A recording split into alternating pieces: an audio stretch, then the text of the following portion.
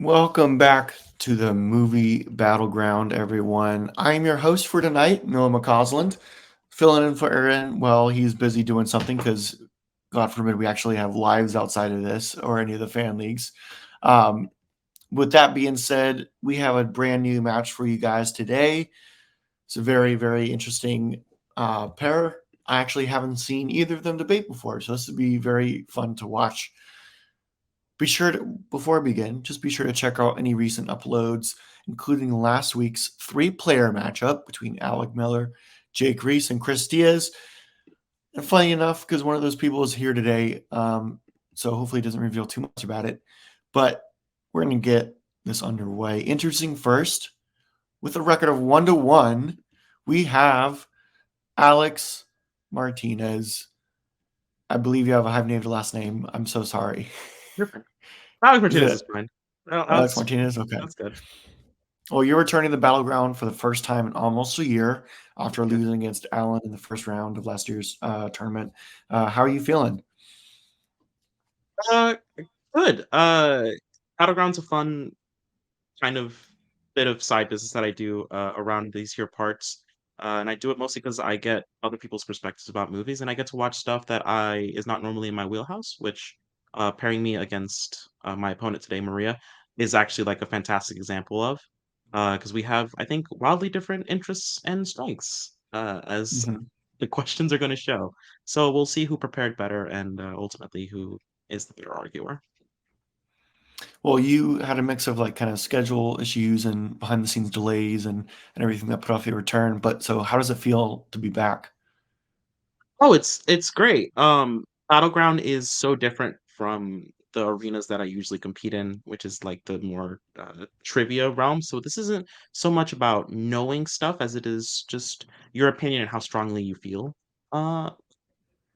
feel about them. So this is just a different way of expressing something that I love, which is movies. Well, awesome. We're excited to see you play, and we're going to go ahead and bring in your opponent with a record of 1-1 as well. She's back for her third match. We have Maria Hammon. How are you doing today, Maria? I'm very good. Thank you very much for asking. Well, you're playing this match following your first win. How are you Yeah, feeling about this matchup compared to that one?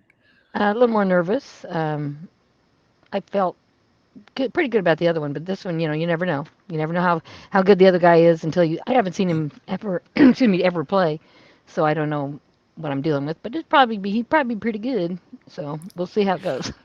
Well, I haven't seen you play before. So what's your kind of approach to this? And do you take it more fun? Do you take it a little more serious and maybe a little more prep Well, that some of us do? the first time we did, it was me and Jeremy Potter, and Jeremy Potter's a great friend, and it was for fun. It was not for kill. And then the second one got more kill. More like I thought I could win if I was logical and kept to it because of some situations that were going on, and I thought maybe I could actually win it. And then when I did, I was actually shocked because I heard everybody knows me around these parts, or all ASAT and everything else. I come in and I play. I don't necessarily ever win, but I do play and I enjoy it. I'm trying to keep my mind sharp. It's like older Yeah. and you know it's just This is something I like it. So I don't know. They'll kick me out someday, but so far so good. this is something we like to do as fun, like in our off time, and competition can always be a little fun. Yeah. So hopefully this one turns out to be a good one. So, with that being said, Movie Sure. Battleground is the best of 5 rounds. The first to 3 points wins. Each round of debate is worth 1 point. If a competitor earns the first 3 points in a row, that's going to be a victory by knockout, something that neither of these competitors have, but maybe today will be the day. If it is a 2-2 draw at the end of 4 rounds, we're going to go into the tiebreaker. That's the best round. I'm kidding. Everyone hates it. Yeah. With that being said, the regulation debate, there's rounds 1 through 4. Questions are received prior to match, and these people to prep them before debate. Your stage 1 is going to be your 60-second opening. Stage 2 is going to be your 2-minute solo pitch. Stage 3 is going to be a 4-minute open debate. And lastly, you're going to have 1 minute to close it all out. And after that, I have 3 judges backstage in the form of Chris Diaz, Jonathan Peck, and Nick Hernandez, who are going to be helping me judge tonight's match. I think behind the scenes, Maria is the favorite, and she chose to go first on questions 2 and 4. So Alex is going to go first on questions 1 and 3. We're going to start off this debate with something that I'm not really too familiar with, and that is the Friday the 13th franchise. I haven't really seen too many of those. I kind of watch more Halloween movies and the alien movies around at that time. But these competitors have two answers to the question that I'm trying to pull up right now. Um, and that question is, what is the best Friday the 13th film of the first 6 entries? With that being said, I'll move myself out of this. We'll bring in the timer. And Alex, I'm going to give you that 1 second. Go ahead and begin speaking. When you think about the Friday the 13th as a franchise, as a whole, complete, entire franchise, what comes to mind, among other things, is probably a mask, machete, some kind of weapon, a creepily silent revenant who hates summer camps for vague reasons. It's not an entirely super complex series on paper. People mostly watch it for the kills and to play a rousing game of "I would have survived that. Here's how."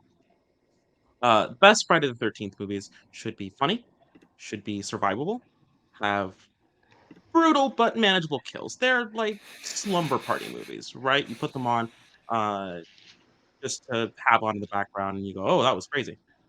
Um, the best movie should represent the entirety of the franchise.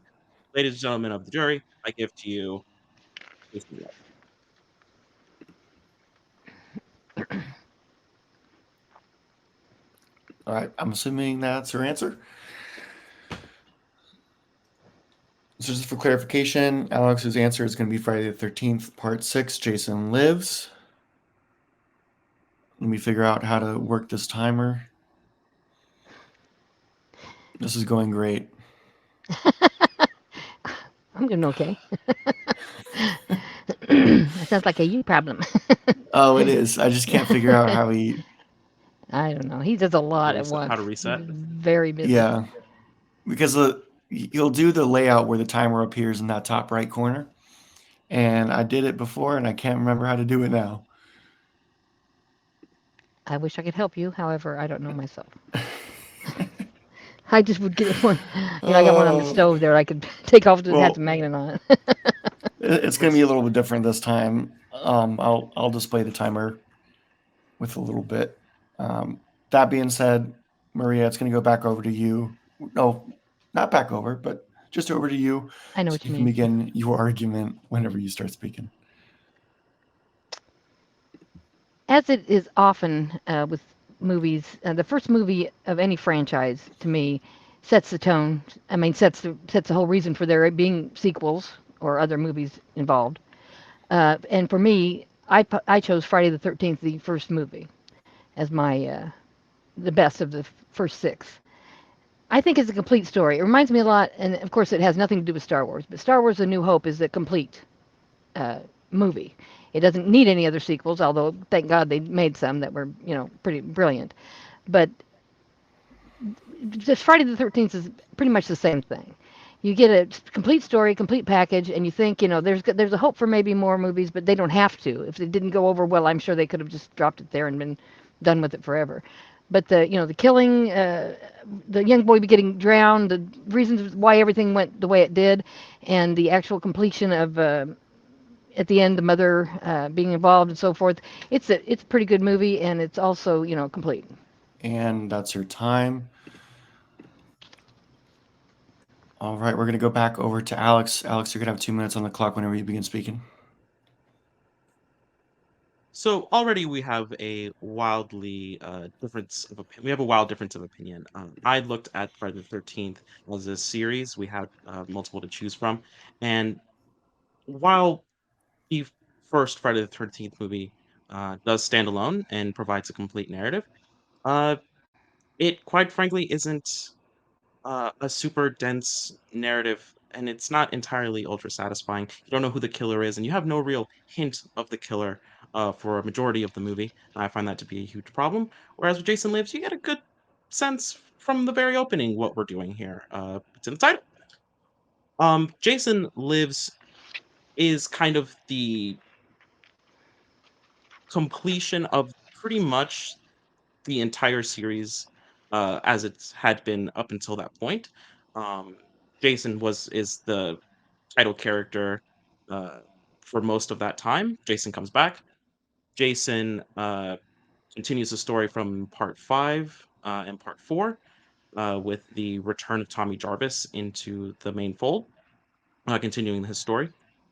Tommy Jarvis then gets to complete his arc and ride off into the sunset as the most interesting protagonist that the series, I believe, has ever had.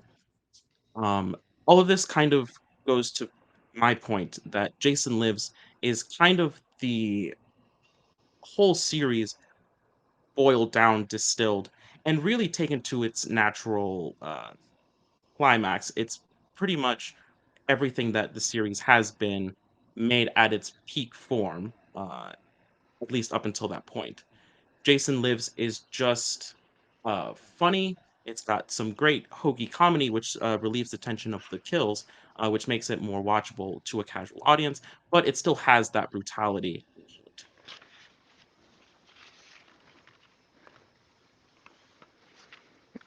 Excuse me. Where you're going to have 2 minutes back on the clock for you whenever you begin speaking. Okay. Basically, the summary of the plot of the first movie is basically that a summer camp opens at Crystal Lake 25 years after the tragic drowning of a young boy named Jason. And the happy campers are out there, they're having a fun time, and then all of a sudden, during a rainstorm, one by one, they're isolated by the rainstorm, and one by one, the counselors are horribly murdered. Could it be Jason out for revenge? You know, the young child that died. That's what the premise of the movie is. And I find it. I thought at the first time I saw it, I thought it was kind of over the top with the. I think there's some humor in it. It's not as much as I think as the later ones. They got a little more, loose with that kind of thing. But this, it really took me aback that they had such a time gap between when the time the kid drowned and the time that he started taking revenge. But I guess if the camp wasn't active, that sort of explains that. But I did wonder about why there was such a large gap. The other surprising thing about it is, this is a starting point for some careers like Kevin Bacon, and there's other actors in there that are, that you recognize, you don't know their names, but they had a good start during this movie. The thing that is most surprising, they keep it to the vest. The only thing you know about Jason, you don't even know what he looks like. All you know is he got a plaid shirt on, and you see, maybe some brown jeans or whatever that he's wearing. But there's not really any kind of glimpse of him until almost the end. And I don't know if that's good or bad, but I kind of like it when they don't reveal the bad guy. You're guessing, even if you knew it was Jason. How would you know which one of these people he was, other than the clothing? And let's say he was, active, walking around amongst them. And then when his mother gets involved, it's just crazy. I mean, Betsy Palmer is a great actress, and I admire her for for other things at that time. But she does a great job of being his mom, and I think just it's a good And plot. that is your time. Now to go into my favorite part of the round, we're going to have a 4-minute open debate. Okay. And whoever begins speaking, I'll start the timer.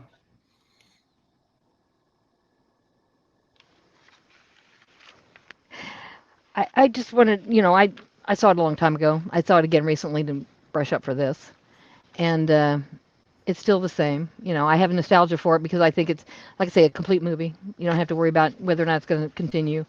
I think a lot of the movies that I love are that way because at the time they were groundbreaking or whatever. Nobody knew if they were going to hit or miss, and so they tried to get it all done in one movie. But they also left a little door open, and luckily for this one, they went on same like as in Star Wars.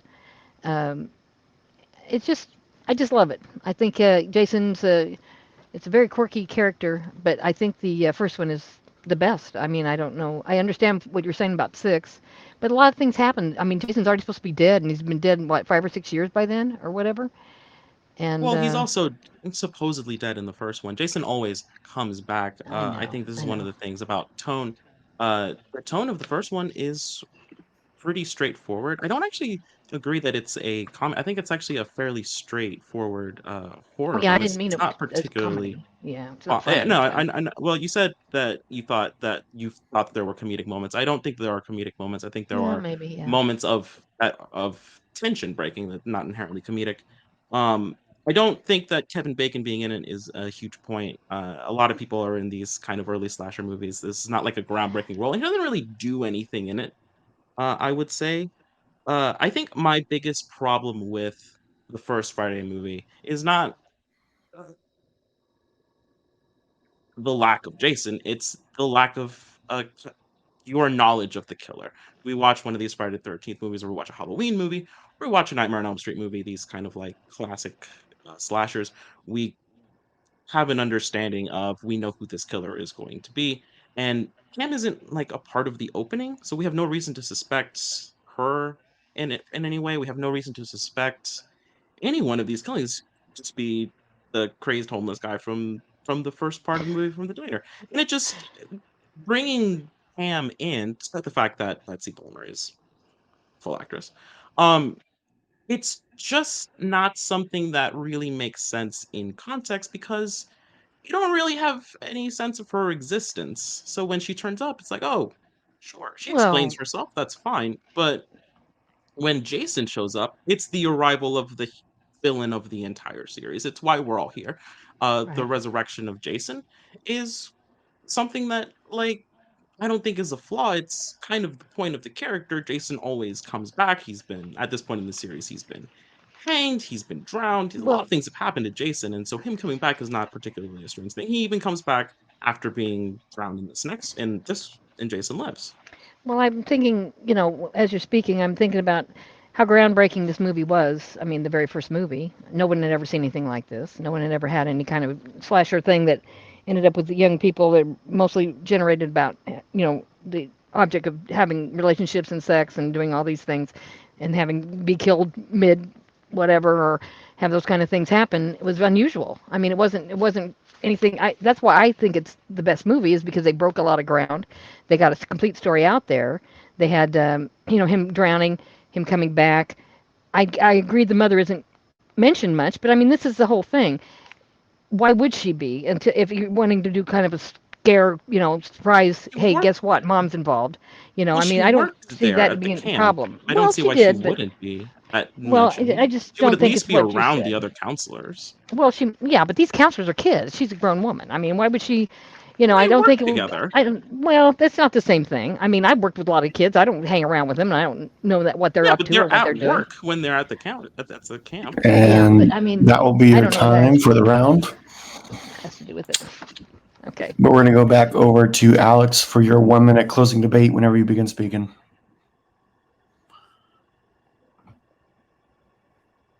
So I think this is a case or difference of opinion of, is being first to the punch the same as being the best. And I don't really believe that it is. A New Hope, some people like it the best, but that doesn't mean that it is necessarily the best, the most acclaimed, the most watched, the most anything.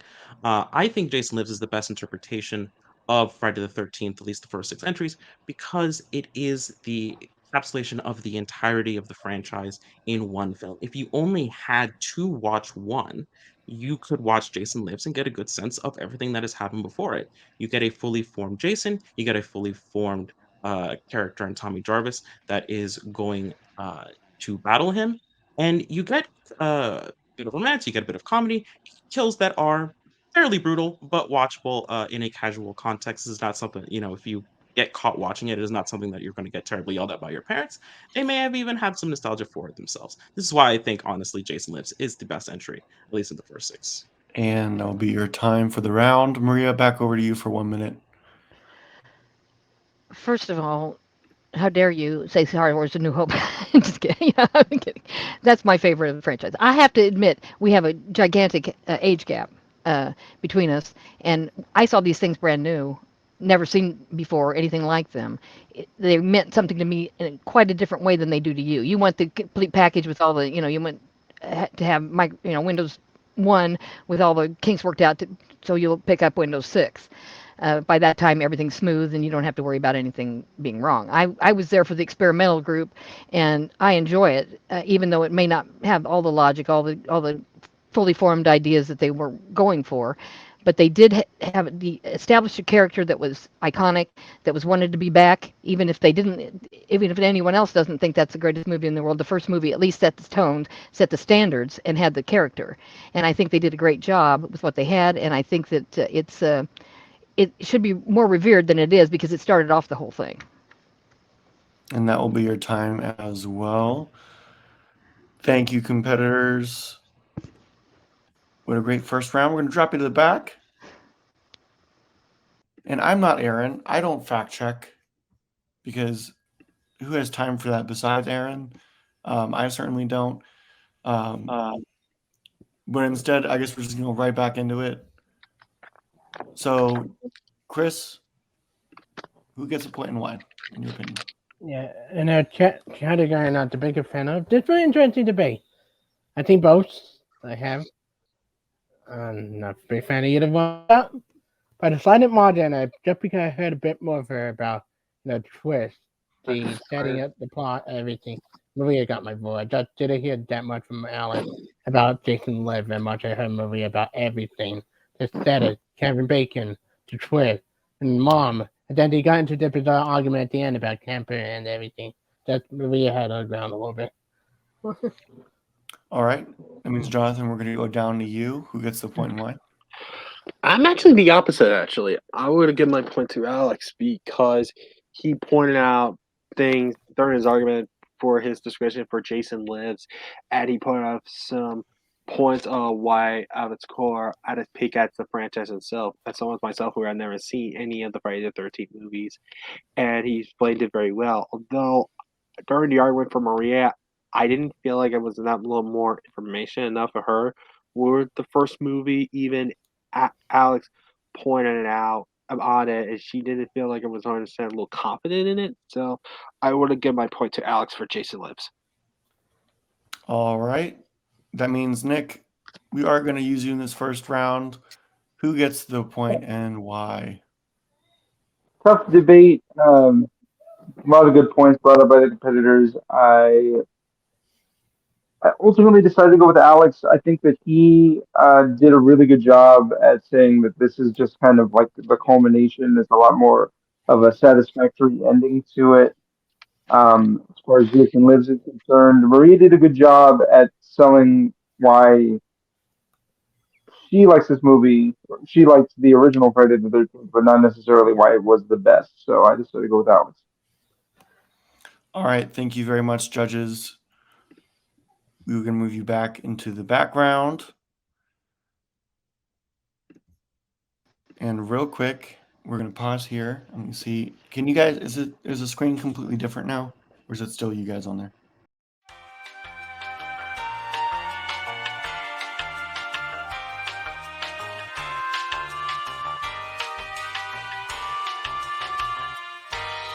We're going to move into our second question. And this one has a little bit more prevalence in movie news and everything like that. There's been a whole lot of new rumored castings about who's going to be the new James Bond, a lot of fan castings and who they want. But we're not talking about any new ones. We're not talking about pitching a James Bond movie or director or anything like that. We're actually going to discuss the previous movies, and we're going to ask, what is the best second film in a James Bond series? Now they only had By actor, like correct? four or five choices to choose from, and I'll show those choices right here. From Russia with Love, The Man with the Golden Gun, License to Kill, Tomorrow Never Dies, and the big piece of shit, Quantum of Solace. But I have no bias or anything like that. We're going to leave it to them to discuss opinions. So with that being said, I believe we are going to Maria first, and you're going to get 1 minute on the clock for your opening argument whenever you begin speaking.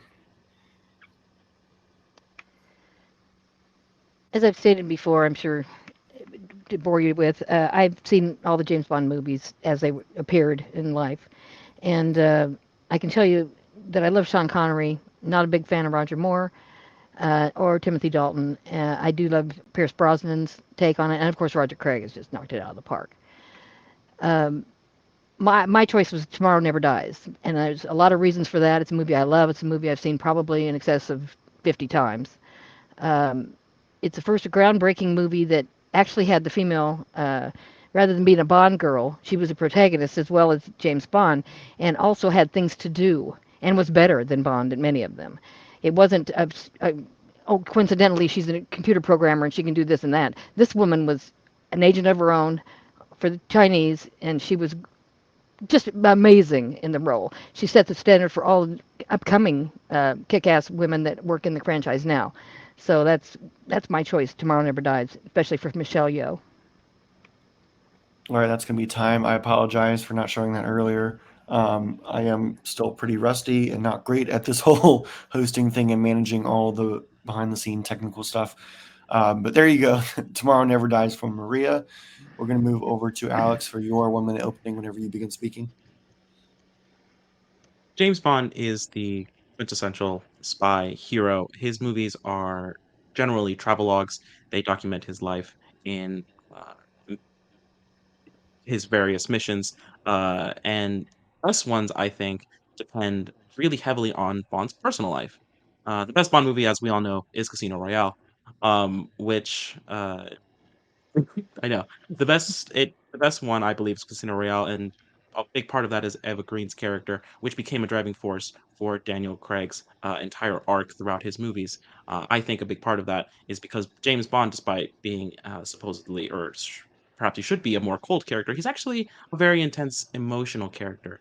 And I think one of his most emotional movies is the movie License to Kill, in which an attempt happens on Felix Leiter's life, and ultimately that claims the life of Felix Leiter's wife, which is a huge deal for James Bond and triggers an entire incredible story.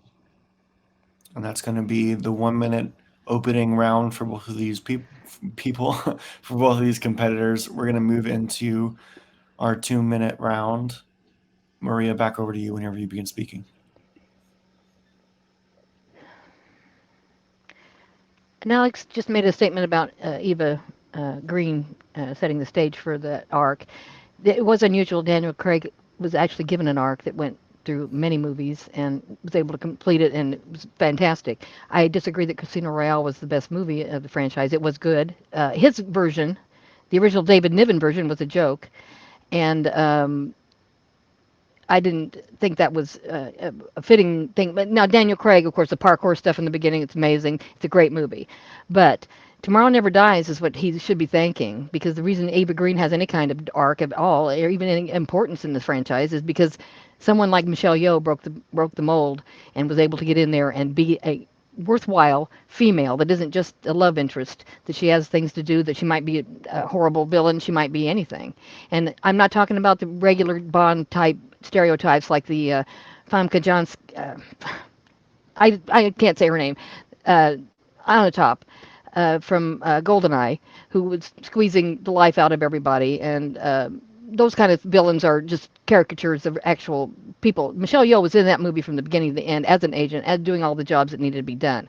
I love that movie for that reason. They're equals, partners eventually, and I don't think it's can be overstated how important she was and her ability to physically command the role in the development of the James Bond female assassin as well.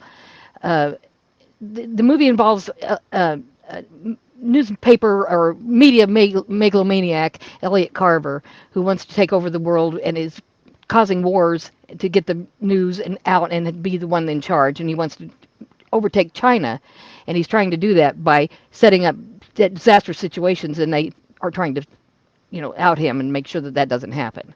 So it's really a good movie. I can't recommend it enough, and I think it's the best. And that will be your time. Alex, back over to you for your 2 minutes whenever you begin speaking.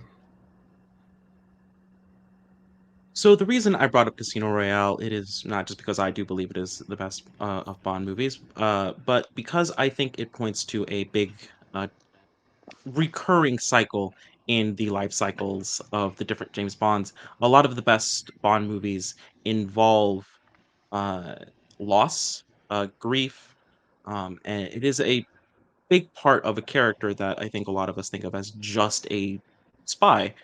He gets a lot of crap for being a kind of a womanizer, but that is a key part of his job in the origins of it.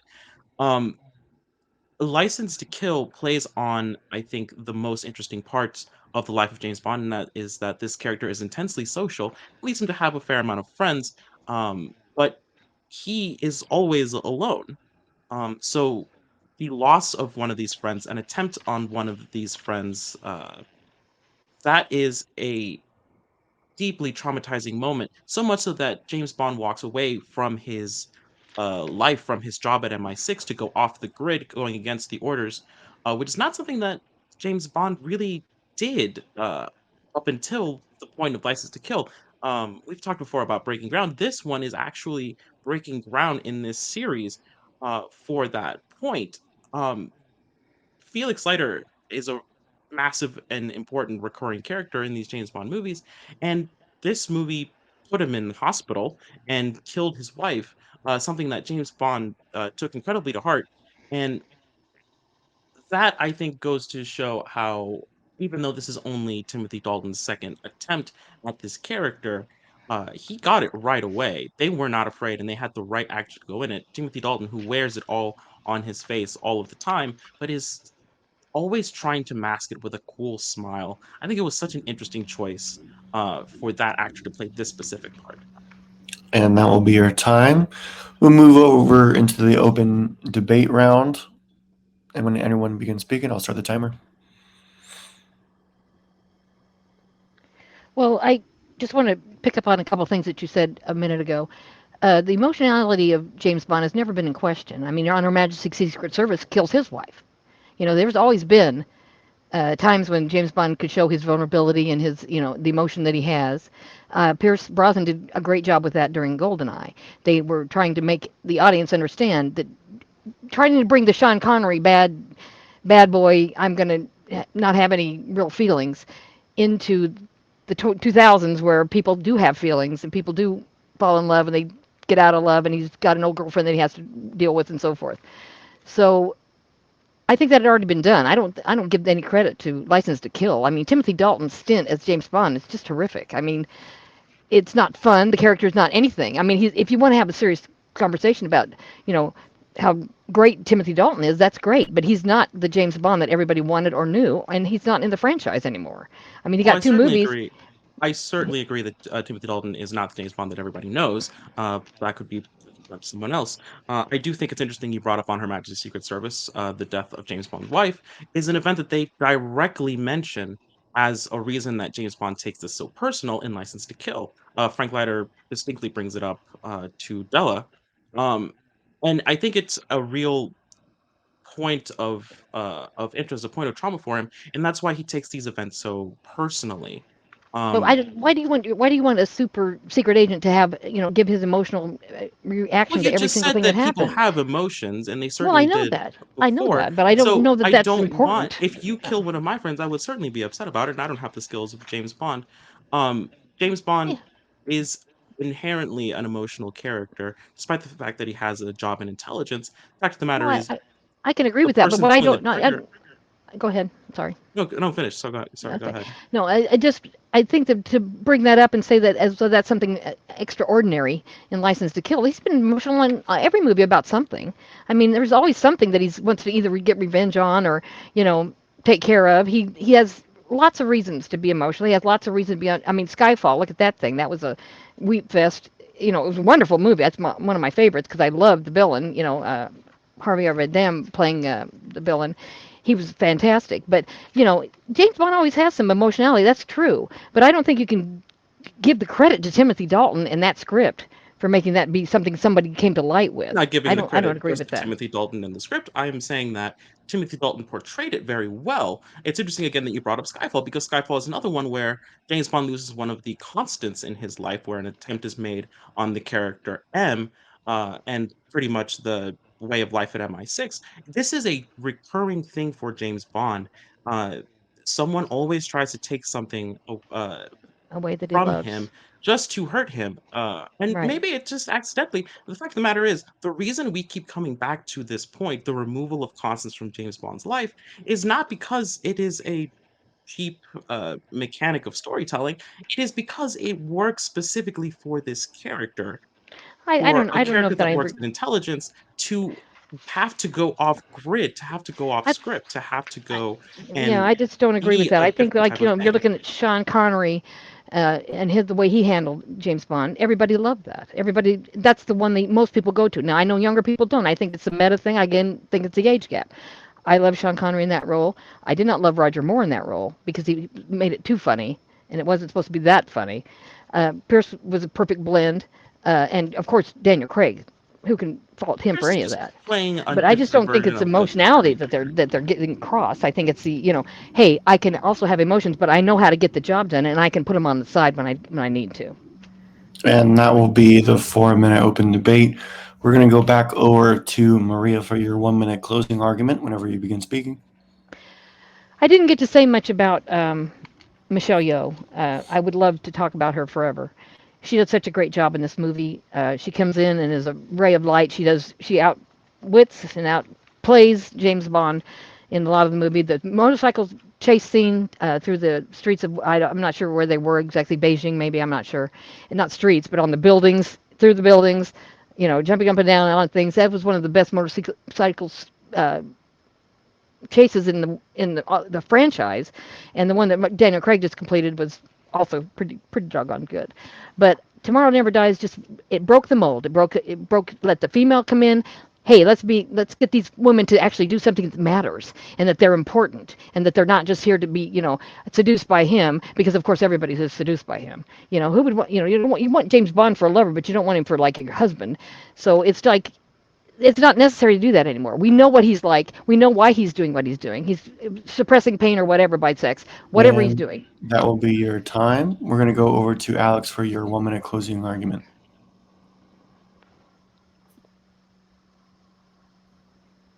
Well, I certainly agree that not every woman in James Bond's life needs to be slept with. In fact, License to Kill is actually involves the main driving force of the movie is a woman that he never, as far as I know, slept with. It is someone else's, just a friend of his. I don't really think that Michelle Yeoh is a huge driving point of the movie. I do agree that she's great in the film itself, but Michelle Yeoh, to me, I think is. I mean, they never went anywhere with it in any other movies. Um, James Bond in Tomorrow Never Dies is fighting a concept. It is James Bond versus uh, pretty much news. The government versus news is not really something that I particularly enjoy in my films. Uh, and I think overall, License to Kill is a more cohesive story to the James Bond mythos. It is a more cohesive story in the sense that it is playing on the best parts of the character, the parts that make the most emotional. And that will be your time as well. Mhm. All right. Another great round. We're going to go and move you guys to the back and bring in our judges. I like to keep things nice and short and smooth and quick lined and streamlined as much as I can. That being said, Jonathan, we're going to go over to you. Who gets the point and why? Honestly, throughout the argument, both of them, I didn't feel like they both have a sort of like a clear, definitive why in the argument. I did barely sort of hear that sort of the opportunity of it, even the good counters, or even why their sort of respective films basically worked very well.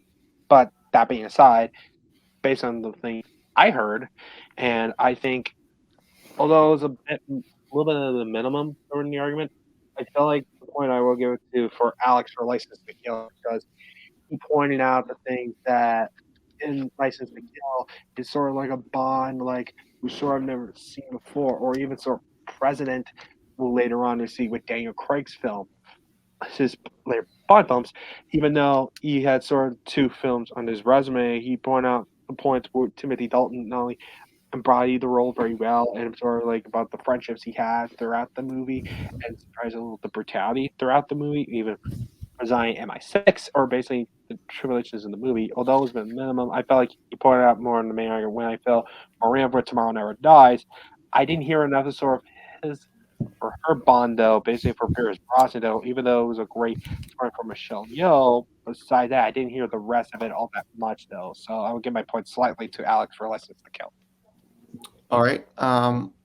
Just a reminder to all judges, when I ask you about kind of your reasoning why, just try to keep it short, try to keep it to like a minute, and don't really say what they could have done better in your opinion. Just kind of Right. say why they won the point for you. Right. That being said, we're going to go over to Nick. Nick, who gets the point and why? Tough debate. I went with Maria. I think that she did a really good job at talking about how Michelle Yeoh's character broke the mold for Bond girls, and I think that in the open debate she took down License to Kill pretty easily, as far as like Timothy Dalton not being necessarily memorable as Bond.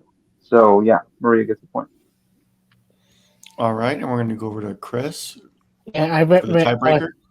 I went with Alice Terrell. I did have my board, but I accidentally realized I did a spell out right Terrell. Make it look like change my answer. It's Alice, but yeah, it's easy. It's very light. I think Maria had a good point, but I think I heard more for Alice about the film itself, about Bond vengeance. Just his Puts and Vendetta. I just heard mostly about movies that Michelle Yeoh and not much about like Pierce Brosnan. I heard a little bit about the villain, but I wanted to hear more besides Michelle Yeoh and what she did for the Bond girl. I just want to hear more about the film itself. And now it brought that all of the Vendetta and everything. Like, what makes it the best second Bond movie. All right, thank you very much, judges. That means Alex gets the second point as well, giving him a 2-0 lead. As we go into our third question of the night, and these questions couldn't be any more different, honestly, and the answers are funny enough, similar in wordplay. That being said, what is the worst musical of the 1970s? And we're going to go right back into it. Give me a second while I organize this because I'm horrible at managing myself. Alex, it goes back over to you to begin whenever you begin speaking. 70s are factually one of the most influential and important decades in cinema. Many people call it the best decade of cinema that we've ever had. One criticism I have for the 70s is that didn't really do much for musicals. The musicals of the 70s, um, with some exceptions, are very superficial bubblegum pop affairs that hopefully, if you're very lucky, had a good song or two. They weren't really about anything, and they didn't really do anything. Um, Grease is the worst one. It uses its bubblegum pop for evil, which is the weirdest and worst of all movie sins. Uh, some of the songs. There's actually a lot more of them that you remember, having just watched it this morning. Uh, they're really only there for the show. This might as well just be a regular movie. Uh, Hair, on the other hand, is a message anti-war, pro-progress movie where the hippies turn a soon-to-be soldier into one of them and then kills them. And that will be your 1 minute opener. Maria, back over to you for your 1 minute whenever you begin speaking. Yeah, the 70s sucked for musicals. Willy Wonka and the Chocolate Factory came out, and that's not really a musical, but there's a lot of music in it. There was Robin Hood, not so much, but there also was Cabaret, Fiddler on the Roof, the Rocky Horror Picture Show, Jesus Christ Superstar, a particular favorite. The 70s were rich with movies that are fine as musicals. They started out, some of them in Broadway, and Hair is the one I'm representing today as the worst. the biggest thing about hair when I was in that age group, I was in the 70s, of course, in high school, and then having children. Um, was that hair? There was a moment on stage where two of the characters, or all the characters, dropped their clothes and were naked, and that was the end of the second act. And it had to do with, as he stated already, the Vietnam War and a person going into the war being turned into a pacifist and then ended up dying. So, I don't think it's the greatest musical at all. I think it's actually the worst of the 70s, and there were quite a few good ones then. And that will be your time. Alex, back over to you for your 2 minute when you ever begin speaking. So Hair is actually a very interesting movie because I think it's actually a very 70s comma musical. It happens to be a musical that was made in the 70s. Um, it is more 70s than I think it has any right to be, and I think it's actually a pretty darn good time for what it is. It's very loudly a propaganda movie. It is very loudly pacifist propaganda. It is pro free love, pro drugs if you have a good time with them. It is only interested in spreading good vibes and love.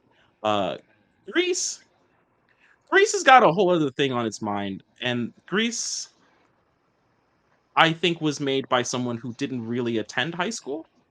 Uh, it definitely reeks of a kind of I I'm like someone remembering high school through a very strange prism. Uh, you do become a different person in high school, but it is not necessarily advised by anyone that you do so for another person.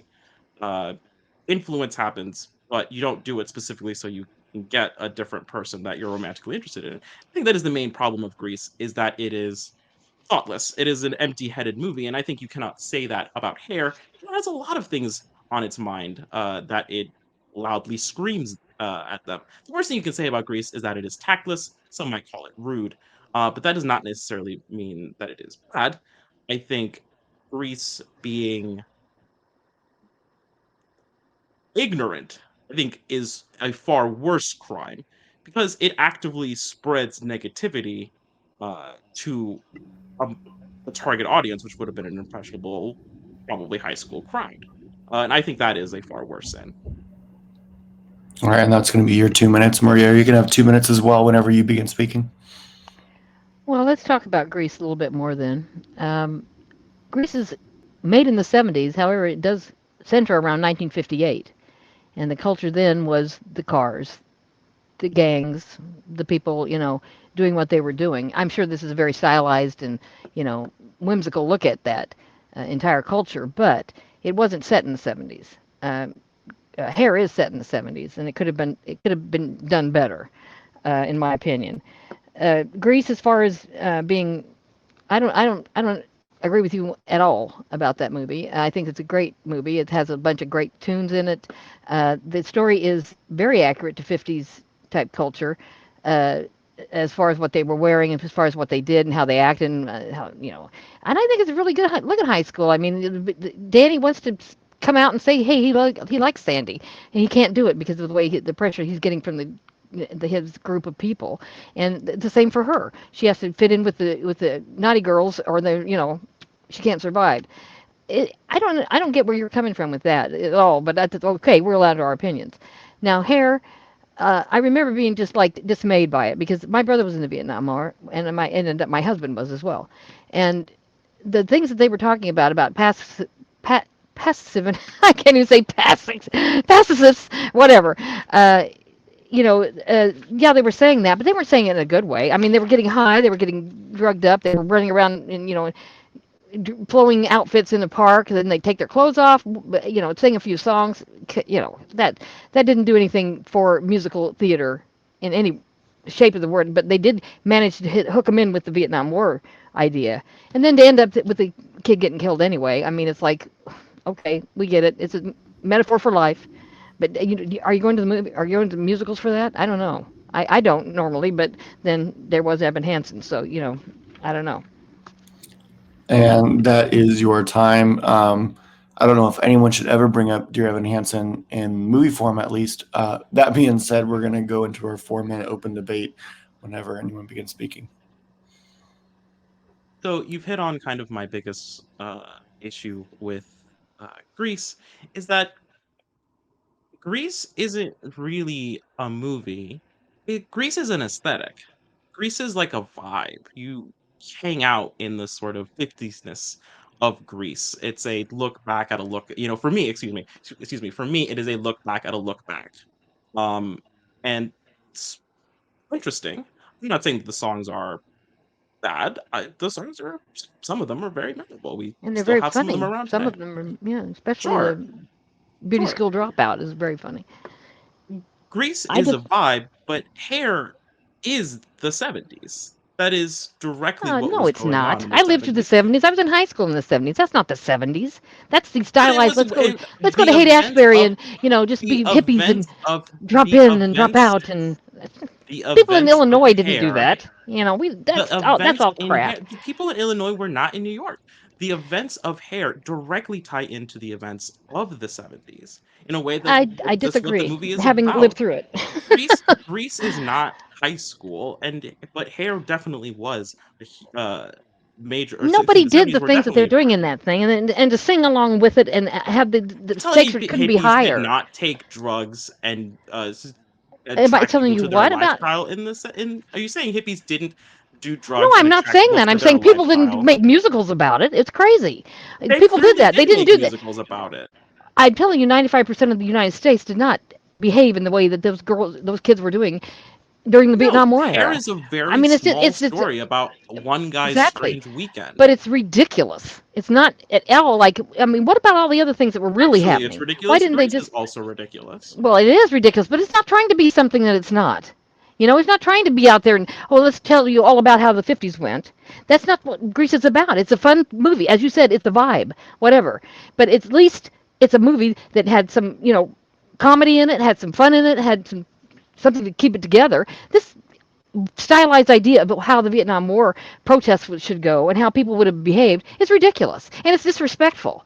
I mean, there was reasons why people protested that war, and they were valid and real. They weren't just because oh, I want to come out here and smoke some marijuana. I'm going to change my entire uh, outlook Protests, on life and death. protests in Hair, the protests in Hair, and what the plot of Hair is are not super related.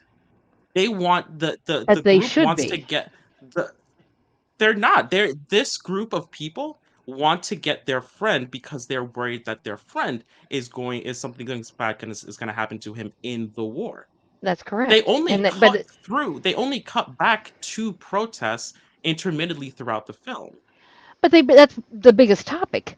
The biggest controversy is, should we be there? Should we not be there?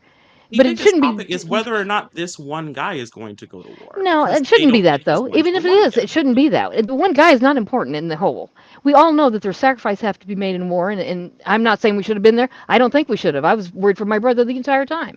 But it doesn't matter what I think. I'm not the one making the decisions, and they were certainly not selling me that they were concerned about this guy more than they were concerned about flying around and jumping in the park and doing stupid crap. People didn't do They that. drove People were across serious country. about That's that stuff. exactly what concern is. Well, I don't agree with that at all. I think it's just an idea that they had that they were going to throw in some stuff. We're going to use the tag from Vietnam, and we're going to get people in the seats. That's all I believe that musical was about because it wasn't good. The songs aren't good. The premise is ridiculous. And as someone who has a brother who survived it and a husband who survived it, I know a lot more about it than I should. But I know that they would not have approved of that movie being their representation of how you get out of doing anything for your country. And that will be your time. We're going to go into our closing minute. Alex, it's going to go to you. So once again, I think Greece is mostly a thoughtless look at what a version of movie high school, the events of movie high school. But Hair is got more going on. It's got more on its mind, uh, in a way that I think it can't be worse because it is trying to do more. Greece got to step one and decided I'm gonna just fumble here. Hair went in so many different directions that admittedly can't catch all of like you can't successfully catch all of those throws, but ultimately I think it arrived at a much more interesting complex place. I think while the songs in Greece are, let's say, cute, they are ultimately, I think, they do the film and the plot and ultimately the culture more harm than good, whereas Hair is just straightforward. And that will be your 1 minute closing. We're going to go over to Maria for your 1 minute closing whenever you begin speaking. I know I'm a little bit vehement about the how the war was portrayed and how this particular musical affected me. I mean, the biggest thing about this musical was the nudity, and nobody cared about seeing it for the songs or the people or anything else. They wanted to watch people undress and stand up on stage for about 30 seconds, totally unclothed. And that first time that had ever been done anywhere. So great, that's a great musical. Does it have anything to do with the way the culture was at that time? Does it have anything to do with how people really reacted? I mean, I don't think so. I think it's kind of a waste of cinematography and film and the actors because I know Treat Williams, who was the main character, is a much better actor than this material gave him credit for. And I just think it's the biggest waste of time I've ever had at the movie theater.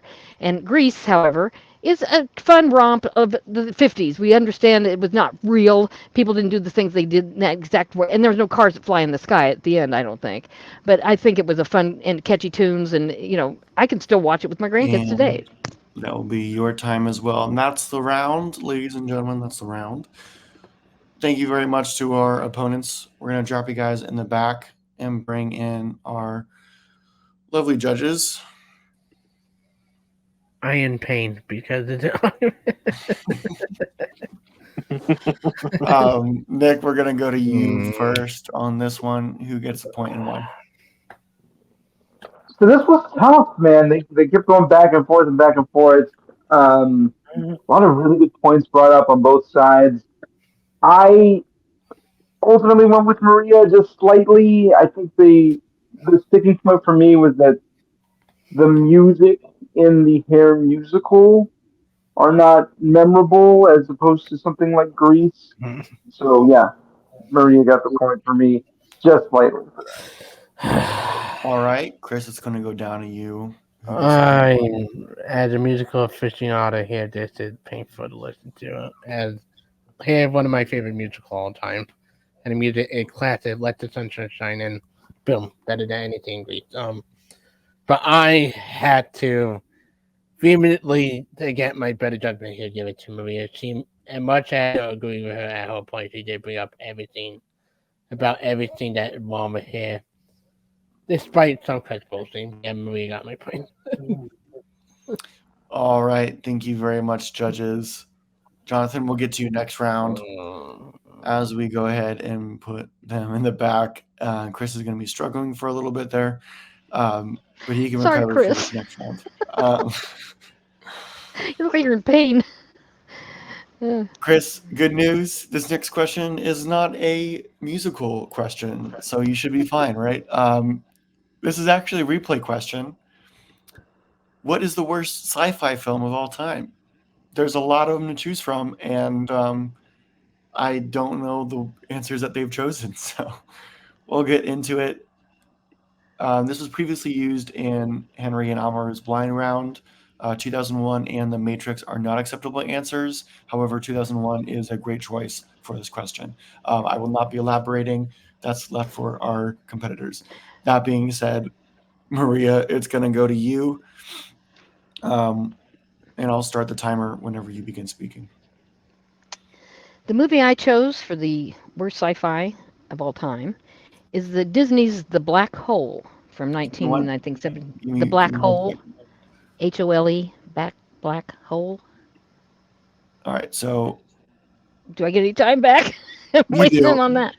Okay. I was trying to play it, and it wasn't playing for some reason. Okay. All right. Basically, the worst. Even Neil deGrasse Tyson says it's the most least accurate movie regarding black holes that has ever been made, and that he's pretty smart, so I'm going to go with his ideas. basically they took the premise of Star Trek. It was 1979 when it was made, and they took it and brought it to a new low, in that they sent the USS Palomino goes out to find new life, not new civilizations or whatever, and they've been out 5 years on their mission to find these new places, and they end up finding a black hole, and on the periphery of the black hole is a ship that has been there for quite some time, that contains a scientist who's they're wondering why he's waiting there, what's going on, and they decide to go over and check with him, and it's not a good idea. And that will be your 1 minute opening. My cat is annoying the crap out of me, so sorry about that. Anyway, Alex is going to go over to you for your 1 minute opening as well whenever you begin speaking. So, in the wake of the post Star Wars boom, a lot of people attempt to try and cash in and make their own attempt uh, to get a piece of the space epic kind of drama. And a strange entrant of that was Moonraker. That's right, we're going back to James Bond. Um, Moonraker is a very strange movie, I think, in huge part because it forgets for pretty much the entire runtime that it is a sci-fi movie. And it only decides that it is one at the very end when it's time for the spaceships to come out and the laser guns. Yes, that's right, James Bond with laser guns to come out. It's a very boring, otherwise unremarkable Roger Moore, who is in fact the worst James Bond. Uh, and his movies were the worst anyway, and this is one of the very, very worst of his movies. And that will be your time, Alex. Maria, it's going to go back over to you for your 2 minutes whenever you begin speaking. Well, as I was explaining the plot and summarizing how it went, um, they're out there looking for other people or uh, other civilizations, whatever it is, and they find there's five of them. There's a first officer, there's a captain, first officer, a scientist, an empath. That sounds familiar, doesn't it? Doctor Kate McCrae. There's also the first officer and another doctor that is the expedition civilian leader, and a robot or AI named Vincent. And it just is hysterical how they're trying to be Star Trek without saying they're being Star Trek. They go out and they realize this black hole is sitting there, and just at the edge there is a Cygnus is the name of his vessel. It's Maximilian Schell is the actor, and he was very famous and popular back in the 50s, 60s. I don't know what he's doing now. Maybe he's passed, but I don't know that for sure. But he's sitting there just waiting because what he wants to do is he wants to go into the black hole, but he wants to go in with other people because he wants to experience the next level of consciousness or whatever it is that he's trying to get through. And our team on the Palomino decided that they should go over there and talk to him because they think they don't know what he's doing because he's not really answering them and nothing's happening like they want it to happen. And uh, he's the only human on the ship. It's got a bunch of robots that are manning everything, and so he's been waiting for 20 years for somebody to come along that he can go and do his plan with. And he wants to enter the hole, and then he wants to find out if there's immortality or oblivion in the aftermath of doing that. Now, these people that are on the Cygnus, I mean, people on the Palomino don't know what his plan is, but they go over there willingly, and they're trapped by him. And for them to get out, in the end, one of them's killed, and by the time they get all done, the black hole has taken them off to a light place, and they're all at peace because they're all dead. And that will be your time, Alex. You have 2 minutes as well whenever you begin speaking.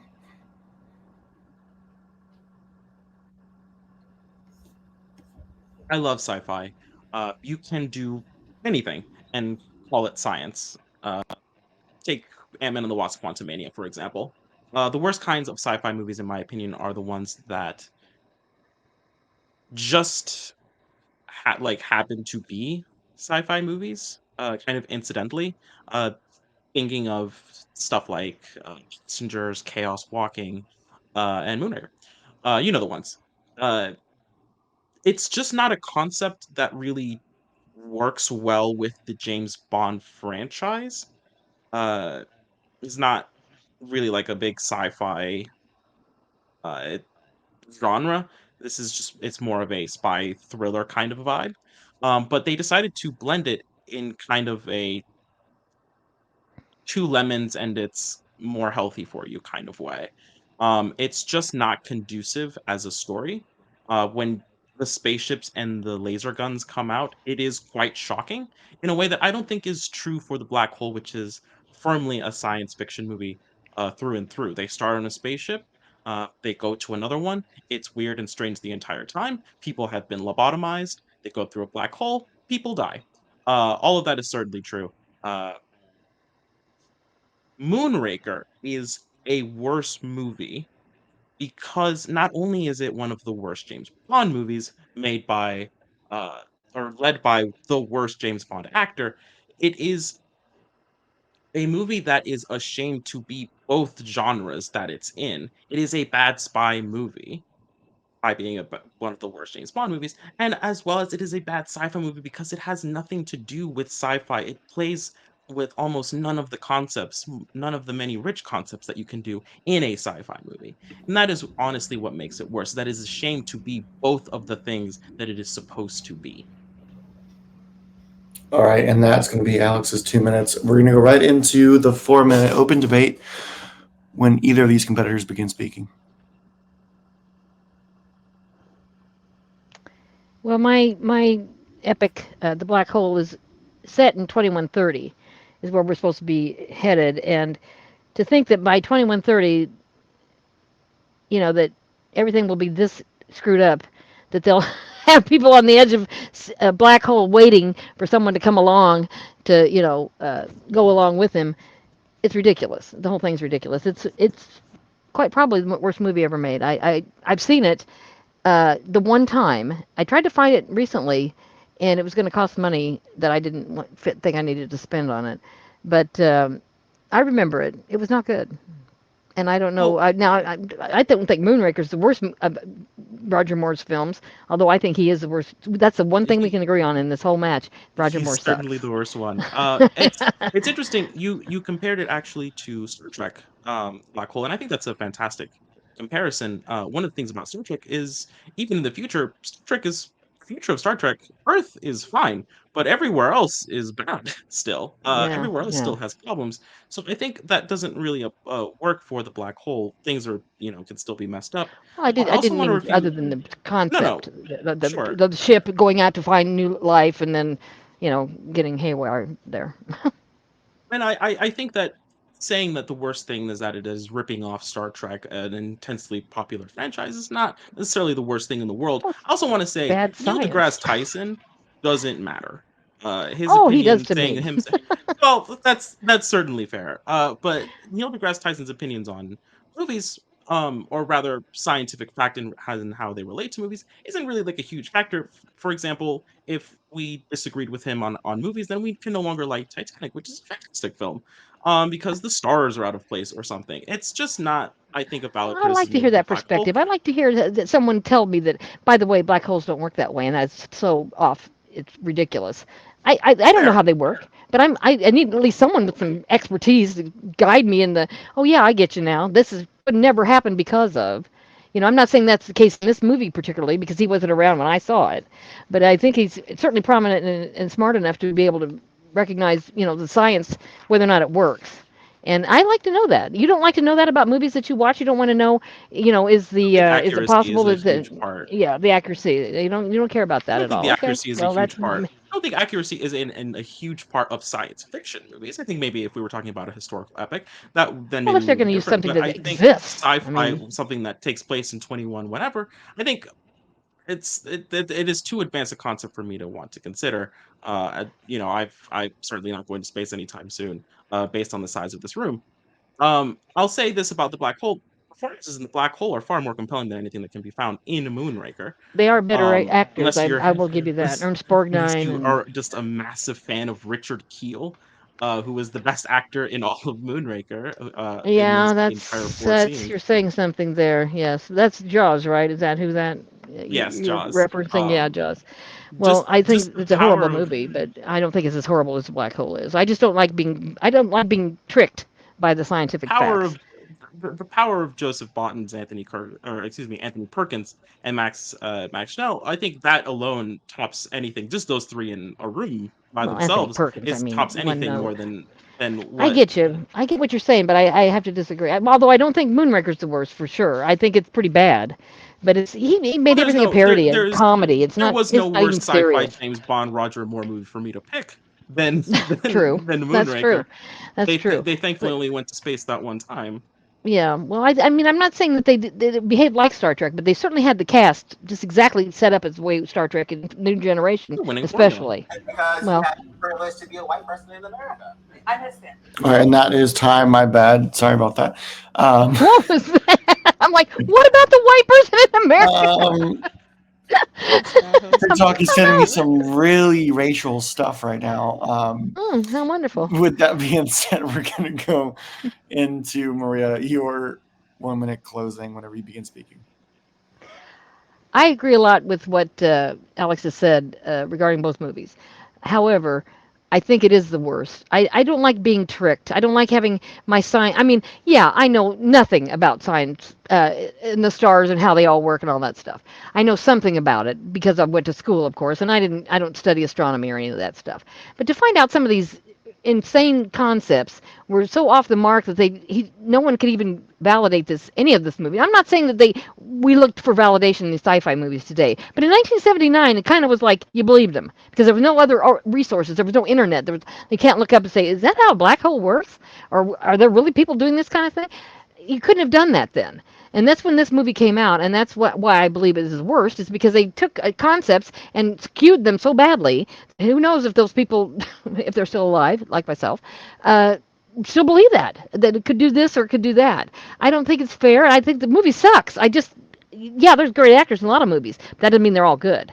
So I think it's the And worst. that will be your time, Maria. Alex, you have 1 minute as well to close out your argument whenever you begin. I think with so many rich concepts that you can choose from with sci-fi, that's just a genre. I think making a fairly generic, benign spy movie and then throwing in laser guns at the very end does a disservice to what you're trying to do. Never mind that you're already starting with a handicap of having a largely unremarkable cast, uh, a incredibly basic script, um, with the smallest amount of creativity that you could have possibly thrown in to anything. Um, I think that the black hole, I think the worst thing you can say about it is that it is a little boring.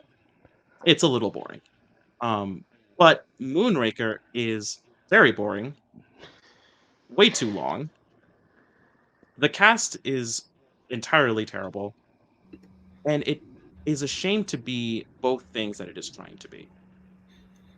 All right. And that closes out our round and potentially the match. We'll see what the judges decide and if we go into the dreaded blind round. But first, we have to get their opinions. So, with that being said, I'm going to add all of our judges back into our stream. And Jonathan, we're going to go to you first. Who gets a point and why?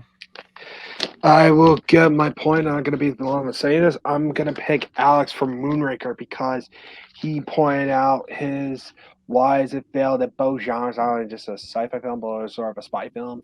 He pointed out for Moonraker is not only it just a mostly a terrible cast to work with, but it also sort of like a weak script along with it. But even tried to please both things, it failed at both at the same time. Well, even point out with Black Hole though, although it was a very unique idea to the black hole, and he even pointed that out, I think he put more of a better argument for Moonraker. So I would give my point to Alex.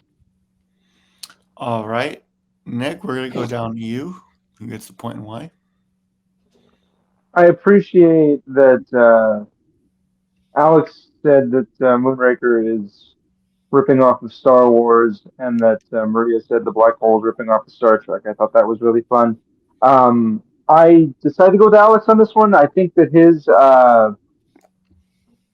point about the black hole being scientifically inaccurate and how that doesn't really hold any water in terms of the entertainment factor of films did actually make a lot of sense. Plus, they both talked about how bad the cast is for Moonraker and how it is just ultimately not a good spy film or a sci-fi film. So that was his point. All right. With that being said, thank you very much, judges. Your winner with a final score of 1-3 or 3-1. That's a better way to read it. Alex Martinez. Alex, how are you feeling after that win tonight? Well, I feel good. This was fun. In the middle of arguing that musicals round, I was like, I should just concede this point. I don't think I'm gonna win this one. I think I'm beat on this point. But I haven't gotten to spend a whole lot of time around Maria, outside of this and one other match that I happened to be around when filming. She's a blast. She's an absolute blast. And yeah, this was a good time. Well, awesome. Got to see you guys have fun tonight. But you kind of find yourself in a similar position as last season, because you got the win tonight, right before recording for the tournament. You are now qualified for it.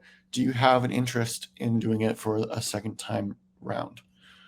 Absolutely.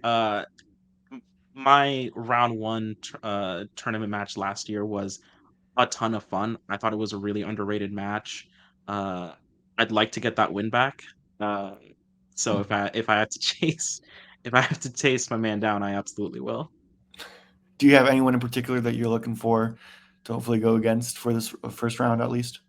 Yeah, there's a ton of people that debate here that I don't usually get a chance to cross paths with. If I could get my hands on Joe, that would be amazing. It's never just the two of us. We usually play off in teams context, so it could just be one on one. That would be just Well, thank you very much for tonight. Congratulations on your win. With that being said, we do have to go to the unfortunate second place finisher tonight with Maria. Maria, you're now 1-2. How are you feeling after that match today? Not great. I'm first loser. First place, first loser. Um, he was good. He was really good. He was tough. I didn't expect to win, and I didn't, but I did my best. That's all I can Yeah. say. Sometimes He that's did all you great. can ask for. Yeah, it's just doing Yeah. your best and just having fun. Because again, we like doing this for fun. We like having fun. Oh right, Um, yeah. No hard yeah. feelings. I mean, it just I agreed with some of his points, even though I would never admitted that. So you can't do that, or you really do lose it really quick. No, he had great arguments, and I thought I presented what I could. My deal is and I shouldn't maybe even say stuff like that. That I lived through that era, and it just irks me about hair. It's just one of my pet peeves. That's just me. That doesn't mean that, and I didn't even know Chris loved it. I'm like, who loves this? But Chris is always going to go off script. So anyway, he's a great guy. Yeah, Unfortunately, this I was don't think he fun. was there I to mean, hear you Alex was say that. great. But He was really good. So yeah, I have to brush up on getting smarter and talking better. So well, he at deserved one it. and It was good. yeah, yeah. Well, 1-2, you still have the opportunity to end the year on a good note and a good record. How do you feel going forward? And is there anyone in particular that you have your eyes set on? No, I mean, if I'm asked or if I'm allowed to, whatever, I don't know how it works. I'll come back and do whatever I need, whatever you guys require. Because I have fun. It's fun. It's fun Mm. to judge, and it's also harder to judge because then you have to make decisions that might hurt somebody's feelings or whatever. But it's fun. It's fun. I'm trying to keep sharp, trying to have fun around the internet, trying to do whatever I want to do and not get too crazy and get kicked out anywhere. Well, you So shouldn't have any anyhow. worry of doing that unless you And he say was some kind. He really said some wild kind words, stuff. which was really nice. So that was very sweet of him. But he didn't. It wasn't needed. But he did a good job. I can't fault him. Well played tonight, Maria. Even if it didn't end unfortunately for you, but we'll Yeah. see you next time in the movie Okay. Battleground. Thank you again. Keep a lookout for some more upcoming matches. But before you do that, make sure you like, subscribe, do all that fun stuff, so you're following the channel. Um, we have a really good match. If I do say so myself. I'm totally not biased in this at all. But speaking of Joe Fairley, as Alex just said, you're going to have the opportunity to watch my current match with Joe Fairley for a number one contenders match. And the winner of this match goes on to face the champion Amaru Moses. And all I can say, good match. Go watch it when it comes out. That being said, have a great day.